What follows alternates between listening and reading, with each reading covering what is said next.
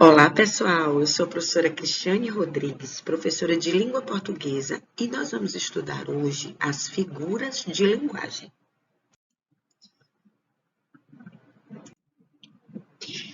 Para que a gente possa, na verdade, entender o objeto do nosso estudo dessa aula, nós precisamos entender o que é a conotação e o que é a denotação, que são, na verdade, os sentidos da linguagem, certo? Nós temos o sentido conotativo e o sentido denotativo. O que é a denotação? Denotação, na verdade, é o sentido real. E a conotação é o sentido figurado. Então, para que a gente possa nunca mais esquecer, nós vamos lembrar que denotação começa com D de dicionário. Então, denotação é o sentido literal, ou seja, o que realmente a palavra significa, o sentido do dicionário. E nós temos o sentido, então, conotativo, que é o sentido figurado. Então, a conotação é uma ação que consiste no emprego de uma palavra a partir de um sentido figurado, não literal, e dependente do contexto. Aquilo que uma palavra pode sugerir além do seu sentido real, através de associações com outras palavras, outros contextos, outros seres e etc. Então, gente, eu trouxe para vocês aqui, ó, um cartezinho para vocês entenderem na prática, na verdade, para vocês entenderem o que é a denotação e o que é a conotação. Então, vejam aqui, coração, né? No sentido denotativo, ele significa literalmente o órgão, e nós temos aqui a subjetividade da conotação. E para que a gente possa estudar figuras de linguagem, é necessário que a gente entenda qual o sentido conotativo das palavras, já que é o sentido figurado. Então, nós vamos ver hoje algumas figuras de linguagem.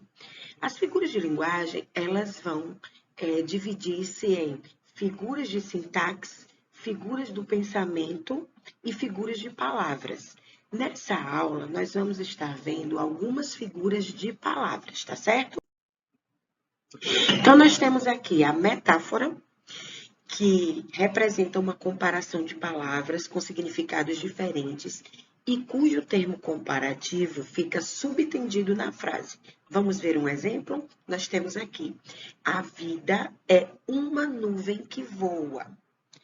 Então, nós temos também uma tirinha, né, trazendo aqui a característica no texto desse sentido metafórico, né, dessa figura de linguagem.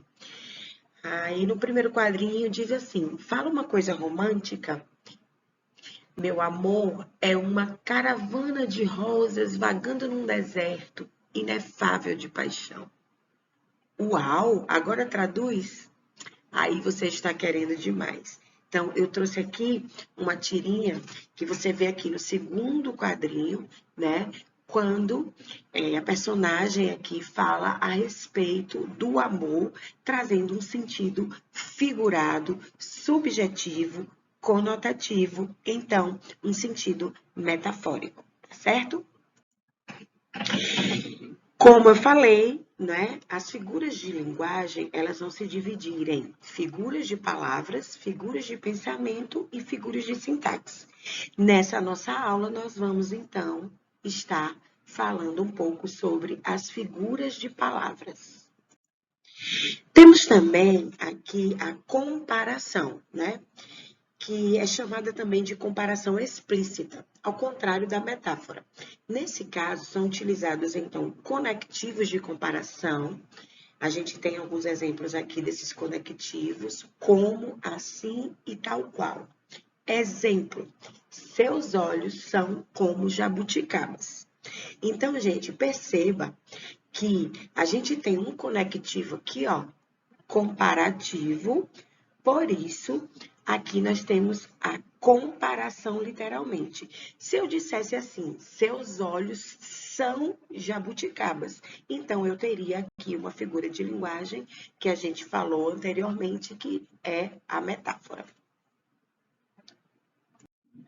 Então, gente, continuando o nosso assunto sobre as figuras de palavras, nós temos aqui a metonimia, tá? Então, o que é a metonimia? Vamos conceituar. É a transposição dos significados, considerando a parte pelo todo ou o autor pela obra. Vamos ver um exemplo? Costumava ler Shakespeare. Ou então, costumava ler Machado de Assis, costumava ler José de Alencar, por exemplo. Então, a gente troca aí a obra pelo autor. Ao invés de dizer costumava ler as obras de Shakespeare, a gente troca a obra pelo autor, então fica costumava ler Shakespeare, tá certo? Aqui nós temos uma metonímia. Temos também a catacrese. O que é a catacrese, né? Coloquialmente falando, né, falando de uma forma mais geral, alguns autores trazem a catacrese como uma metáfora desgastada. Ou seja, é utilizada uma palavra que, por não ter uma palavra específica.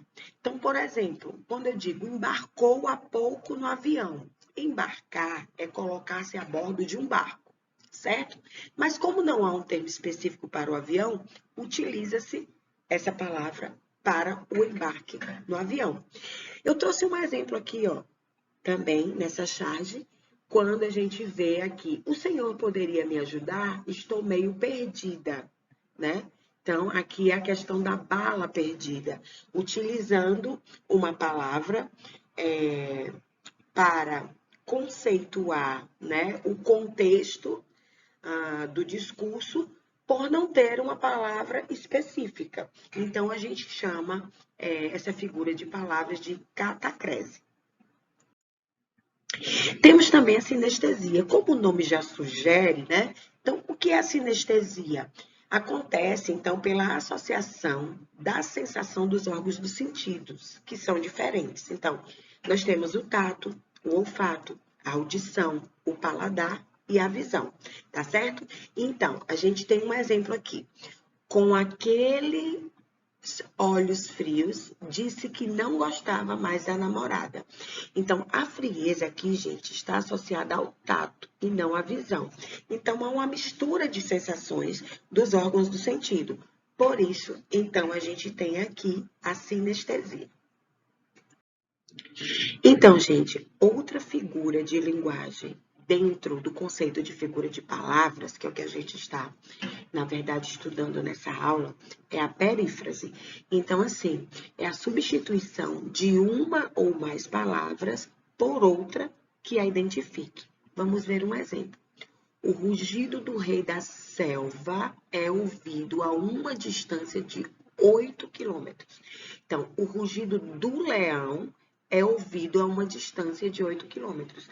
A gente substitui aqui a palavra leão pelo rei das selvas, que é uma palavra que identifica o leão, tá certo? Então, aqui a gente tem, na verdade, a perífrase, tá?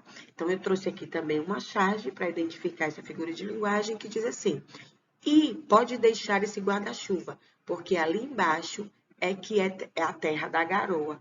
Então, o que é a terra da garoa, gente? Terra da Garoa é São Paulo, conhecido como Terra da Garoa, tá? Então, troca-se aqui a palavra por outra que a identifique, tá certo? Nós vamos finalizando a nossa aula por aqui. Eu espero que vocês tenham gostado dessa aula.